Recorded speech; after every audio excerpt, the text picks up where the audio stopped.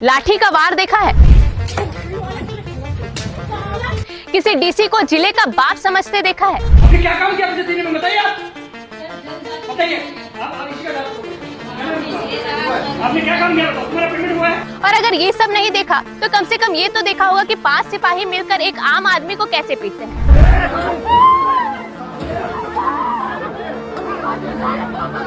और अगर ये भी नहीं देखा तो झारखंड में इन दिनों वायरल हो रहे 3 वीडियो को देख लीजिए। जी हाँ, पिछले 2 दिनों में झारखंड में 3 वीडियो खूब तेजी से वायरल हो रहे हैं। जहाँ एक वीडियो गिरिडीह जिले के डीसी रामनिवास यादव का है। बता दें कि महिला दिवस के दिन कुछ जल सहियाएं डीसी ऑफिस के बाहर धरना दे रही थी, जहाँ केवल वो अपना उचित मानदेय मांग रही थी। जिसके बाद डीसी साहब आते हैं और उन्हें अंग्रेजी में डांटने लगते। अब जरा सोचिए, जिन महिलाओं को ठीक से सरकारी नौकरी नहीं मिली, जिनकी पढ़ाई सीमित है, उन्हें अंग्रेजी में समझाया जा रहा था, वो भी तमीज से नहीं बदतमीजी से। जिन महिलाओं ने गांव-गांव में काम किया, सरकार की योजनाएं पहुंचाई, आज उन्हीं महिलाओं को बदतमीज बताया जा रहा है और गिरफ्तारी की धमकी दी जा रही है। और मजे की बात यह है कि ये रामनिवास यादव वही अधिकारी हैं जिनके साहेबगंज में डीसी रहते समय उनके आवास और कार्यालय में ईडी का छापा पड़ा था, जहां 9 mm के 14 कारतूस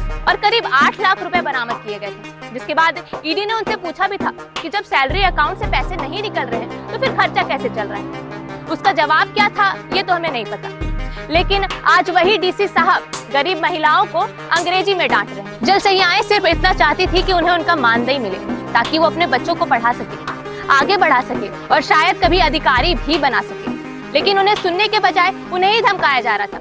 कहते हैं डीसी जिले का मुखिया होता है जहां वो लोगों का संरक्षण करता है, लेकिन यहाँ तो सचमुच में ऐसा लगता है कि डीसी साहब खुद को जिले का बाप समझ बैठे। और ये सब हुआ महिला दिवस के दिन, जहां एक तरफ महिलाओं के सम्मान की बातें हो रही थी, सोशल मीडिया पर बधाइयां दी जा रही थी, वहीं दूसरी ओर धरने पे बैठे महिलाओं के साथ बदतमीजी की जा रही थी और उन्हें डांटा जा रहा था।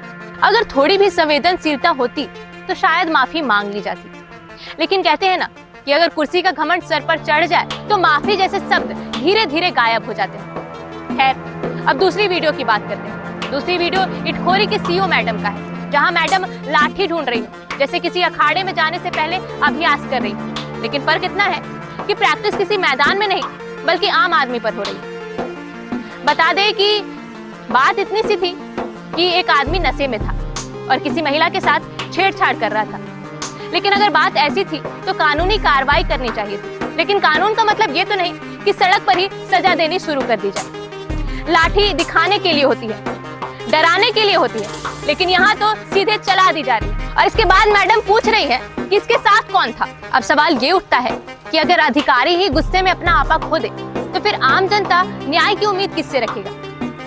अब तीसरे और सबसे शर्मनाक वीडियो की बात करते हैं। ये वीडियो रजरप्पा मंदिर परिसर का है, जहाँ एक परिवार पूजा करने गया था, माता के दर्शन करने गया था, जहाँ पे एक आदमी को उसकी पत्नी और उसके बच्चों के सामने पीटा गया, वो भी 5 सिपाहियों ने उन्हें पीटा। अब जरा सोचिए, आप मंदिर गए और आपके साथ आपका परिवार भी गया है और आपके साथ ऐसा हो जाए तो आपको कैसा लगेगा। 5 लोग मिलकर अगर किसी को मारे तो उसे भीड़ की हिंसा कहा जाता है, और यहाँ भी ऐसा हुआ। हालांकि इसके बाद 5 सिपाहियों को सस्पेंड कर दिया गया, लेकिन सवाल ये उठता है कि क्या सस्पेंड करने से सब कुछ ठीक हो जाएगा।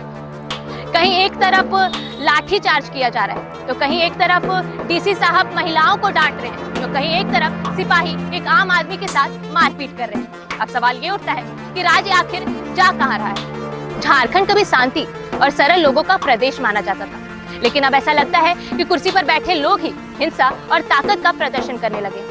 हम कोई राजनीति नहीं कर रहे, बस हम इतना कह रहे हैं कि अगर उच्च अधिकारी ही अपना आपा खो दे तो आम आदमी के हिस्से में तो सिर्फ मारपीट और डर ही आएगा। इस पूरे मामले पर आपकी क्या राय है, कमेंट बॉक्स में हमसे जरूर साझा करें और देखते रहें न्यूज़ ट्रेंड्स झारखंड। धन्यवाद।